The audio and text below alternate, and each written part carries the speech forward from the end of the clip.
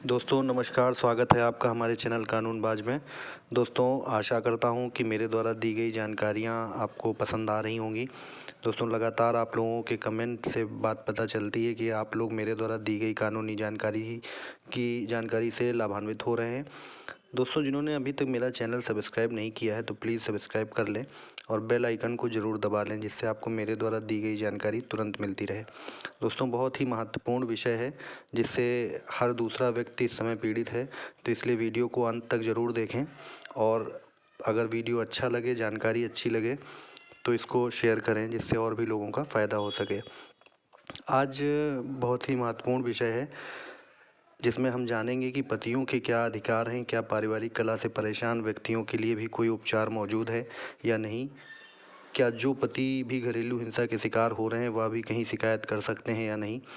दोस्तों घरेलू हिंसा या फिर के साथ होने वाली हिंसा को लेकर न सिर्फ अक्सर बातें होती हैं बल्कि कठोर कानून भी बने हैं।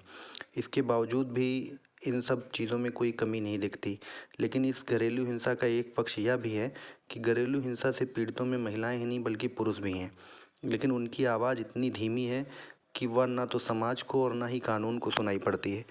दोस्तों पारिवारिक मामलों को सुलझाने के मकसद से चलाए जा रहे तमाम परामर्श केंद्रों की माने तो घरेलू हिंसा से संबंधित शिकायतों में करीब 40% शिकायतें पुरुषों से संबंधित होती हैं, यानी इनमें पुरुष घरेलू हिंसा का शिकार होते हैं। दोस्तों भारत में अभी तक ऐसा कोई सरकारी अध्ययन या सर्वेक्षण नहीं हुआ जिससे इस बात का पता लग सके कि घरेलू हिंसा में शिकार पुरुषों की तादाद कितनी है, लेकिन कुछ गैर सरकारी संस्थान इस दिशा में ज़रूर काम कर रहे हैं। सेव इंडियन फैमिली फाउंडेशन और माई नेशन नाम के गैर सरकारी संस्थाओं के एक अध्ययन से बात सामने आई है कि भारत में 90% से ज़्यादा पति 3 साल की रिलेशनशिप में कम से कम एक बार घरेलू हिंसा का सामना कर चुके होते हैं। इस रिपोर्ट में यह भी बताया गया कि पुरुषों ने जब इस तरह की शिकायतें पुलिस में या फिर किसी अन्य प्लेटफॉर्म में करनी चाहिए तो लोगों ने इस पर विश्वास ही नहीं किया और शिकायत करने वाले पुरुषों को ही हंसी का पात्र बना दिया। दोस्तों एक ताज़ा मामला लखनऊ से रिलेटेड है जिसमें पीड़ित पुरुषों की समस्याओं पर काम करने वाली एक संस्था के संचालक देवेश जी से बातचीत में बताया कि लॉकडाउन के दौरान ऐसी समस्याओं के बारे में और ज़्यादा जानकारियाँ मिली हैं, क्योंकि इस दौरान ज़्यादातर पति पत्नी साथ रह रहे हैं। देवेश कुमार बताते हैं कि कई तरह की समस्याएं लेकर आते हैं लोग। मसलन एक वो किस बात से परेशान था कि उसकी पत्नी के किसी अन्य व्यक्ति से अवैध संबंध है, मना करने के बावजूद संबंध जारी है। लॉकडाउन के दौरान ही ये उसे बातें पता चली, दोनों में विवाद हुआ और लड़की के घर वालों ने युवक को यह कहते हुए धमकाया कि यदि कुछ करने की कोशिश की तो दहेज प्रताड़ना के तहत मुकदमा दर्ज करा दिया जाएगा। देवेश बताते हैं कि इस केस का सबसे दिलचस्प पहलू यह है कि इन आरोपों के बावजूद युवक अपनी पत्नी के साथ ही रहना चाहता है, जबकि पत्नी का सीधे तौर पर कहना है कि यदि वह चाहे तो उससे अलग हो सकता है। देवेश के मुताबिक दोनों की पारिवारिक परामर्श केंद्र में काउंसलिंग कराई गई, लेकिन विवाद अभी भी सुलझ नहीं सका। दोस्तों वहीं दिल्ली में एक परिवार परामर्श केंद्र की संचालिका रेहाना वसीम कहती हैं कि लॉकडाउन से लेकर अब तक बड़ी संख्या में पुरुषों ने घरेलू हिंसा की शिकायत की है। वो कहती हैं तमाम लोग हेल्पलाइन पर फ़ोन करके, ईमेल के जरिए या फिर सोशल मीडिया के जरिए हर दिन शिकायतें करते हैं। एक दिन में दर्जनों शिकायतें आती हैं। घरेलू हिंसा के मामले में पुरुषों को सबसे ज़्यादा दहेज कानून में फंसाने की धमकी दी जाती है। दोस्तों बहुत समय से पुरुष आयोग की मांग हो रही है। दोस्तों घरेलू हिंसा कानून ने महिलाओं को पुरुष पर वैधानिक तौर पर हुकूमत करने की अनुमति दे दी है।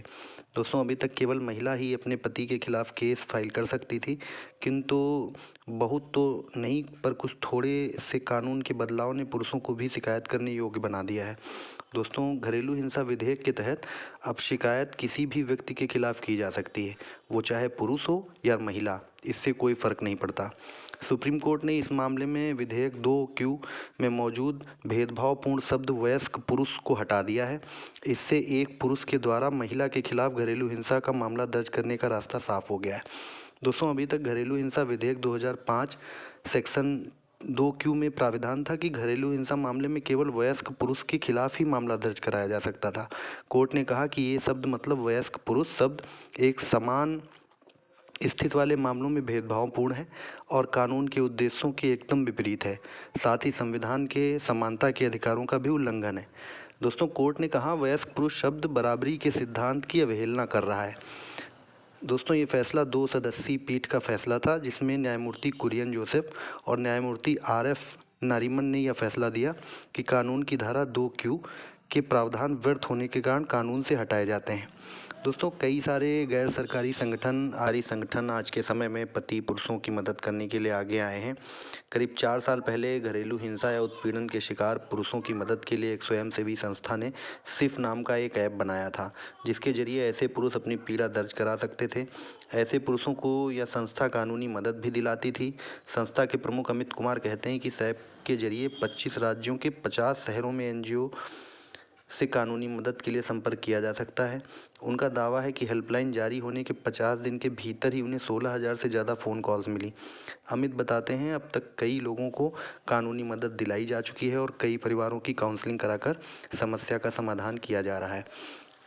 दोस्तों, घरेलू हिंसा के शिकार पुरुष अपने अस्तित्व को बचाने के लिए और सामाजिक प्रतिष्ठा खोने के डर से किसी से कुछ कह नहीं पाते, और आज के परिवेश में कानून की आड़ में महिलाएं इसका नाजायज़ फ़ायदा उठा रही हैं। दोस्तों, इन पीड़ित व्यक्तियों का दर्द यही है कि वह मर्द हैं, पत्नी से पीड़ित हैं, ये बात वह किससे कहें।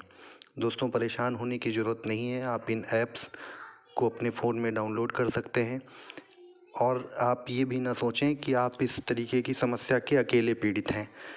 बहुत सारे मामले आज की डेट में इसी समस्या के हैं। आप उन लोगों से बात करें, स्थिति से अवगत कराएं। पीड़ित पुरुषों के लिए कई गैर सरकारी संगठन जैसे all India men's welfare association, ये ऐसे लोगों के लिए जीवन रेखा का कार्य कर रहा है और परेशान पतियों की हर संभव मदद कर रहा है। संगठन पुरुषों के लिए हेल्पलाइन भी चलाता है, जो इस प्रकार है। आप हेल्पलाइन नंबर नोट करना चाहें तो नोट कर लें, 9410217409, 9410217409, ये उत्तर भारत के लिए है, और 9090224641 ये दक्षिण भारत के लिए है। ये हर ज़िले में पुरुषों की मदद के लिए तत्पर हैं। मैंने कई सारे आपको रास्ते बताए हैं। आप उन रास्तों की मदद से कुछ न कुछ अंधकार में प्रकाश पा सकते हैं। आशा करता हूँ मेरे द्वारा दी गई जानकारी आपको अच्छी लगी होगी, और अगर कुछ आप इससे पाए हों या आपकी समस्या का निदान हुआ हो तो कृपया वीडियो को शेयर अवश्य करें। बहुत बहुत धन्यवाद।